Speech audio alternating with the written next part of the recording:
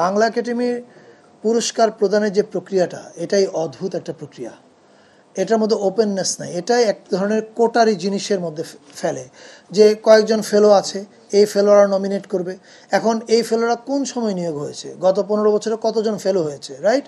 তারা কোন মতাদর্শী বিশ্বাস করে, তারা কোন লেখাকে পছন্দ করে, সে কাকে নমিনেট করবে, ওটার উপর ভিত্তি করে এখন যদি নির্বাচক কমিটিকে 4টা পচা টমেটো দেওয়া হয়, আমি বলছি না যারা পুরস্কার পেয়েছেন তারা খারাপ, এখানে সলিমুল্লাহ খানের মতো গ্রেট লেখক আছেন, মাসুদ খানের মতো গ্রেট কবি আছেন, আরও অনেকে আছেন, কিন্তু কোনো একটা বিশেষ ক্যাটাগরিতে, আমি উল্লেখ করছি না কোনো ক্যাটাগরির কথা, কোনো একটা বিশেষ ক্যাটাগরিতে যদি এরকমই 2-3টা অপশন দেওয়া হয় যে 2-3টা অপশনের সবগুলোর মধ্যে গোলমাল আছে, তখন এই নির্বাচক কমিটির কিছু করার থাকে না। আমি যদি আরেকটু খুলে বলি, এটার ফর্মুলাটা এরকম, যদি এই ফেলোরা সবাই মিলে, মানে যে 30 জন, কতজন থাকে নির্বাচক ফেলো?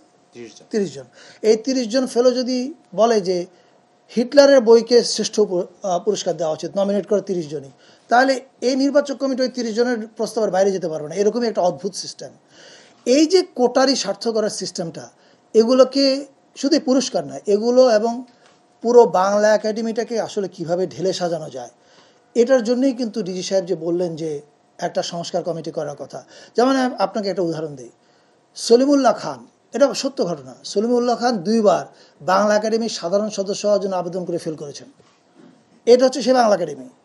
এই বাংলা একাডেমিতে আপনি এখন এই মুহূর্তে, এমনকি মোহাম্মদ আজম বাংলা একাডেমির ডিজি, উনিও কিন্তু বাংলা একাডেমির ফেলো ছিলেন না, সাধারণ সদস্য ছিলেন না। তারপরে আরও এই মুহূর্তে যারা, বয়সের কথা বলছিলাম, 50-এর উপরে হয়ে গেছে, ধরুন ব্রাত্য রায়সু, অনেক লেখক আছে বিখ্যাত, আমি একজনের নাম বললাম, রিফাত হাসান, শাখাত টিপু, মাহবুব মোর্শেদ, সুমন রহমান, আপনি যার নাম বলেন, এই নতুন চিন্তার কোনো অন্তর্ভুক্তি এই বাংলা একাডেমির মধ্যে নাই। কারণ এই একাডেমিটাকে এমনভাবে আখড়া বানানো হয়েছে যেখানে একটা বিশেষ মতের এবং একটা বিশেষ গ্রুপের লোক ছাড়া আর কেউ এখানে ঢুকতে পারবে না। ফলে মুশকিল হয়েছে কি, বাংলা একাডেমি তৈরি করা হয়েছিল যে একটা আমাদের জাতির জ্ঞানের চর্চার, চিন্তা চেতনার এগিয়ে দেওয়ার কাজটা করবে।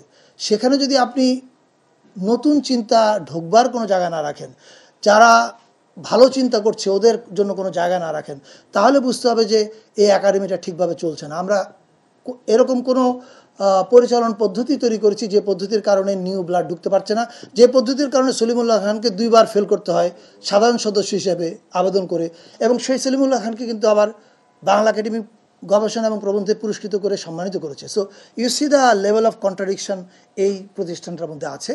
এই জিনিসগুলো সবই কিন্তু আমাদের ডিজি সাহেব যেমন বলেছেন, এটা উনিও লেখক মানুষ, উনি আগে থেকে জানে যে এখানে কি সমস্যাটা আছে, কিন্তু ফেব্রুয়ারি পর্যন্ত আসলে তাদের দম ফেলার সময় থাকে না।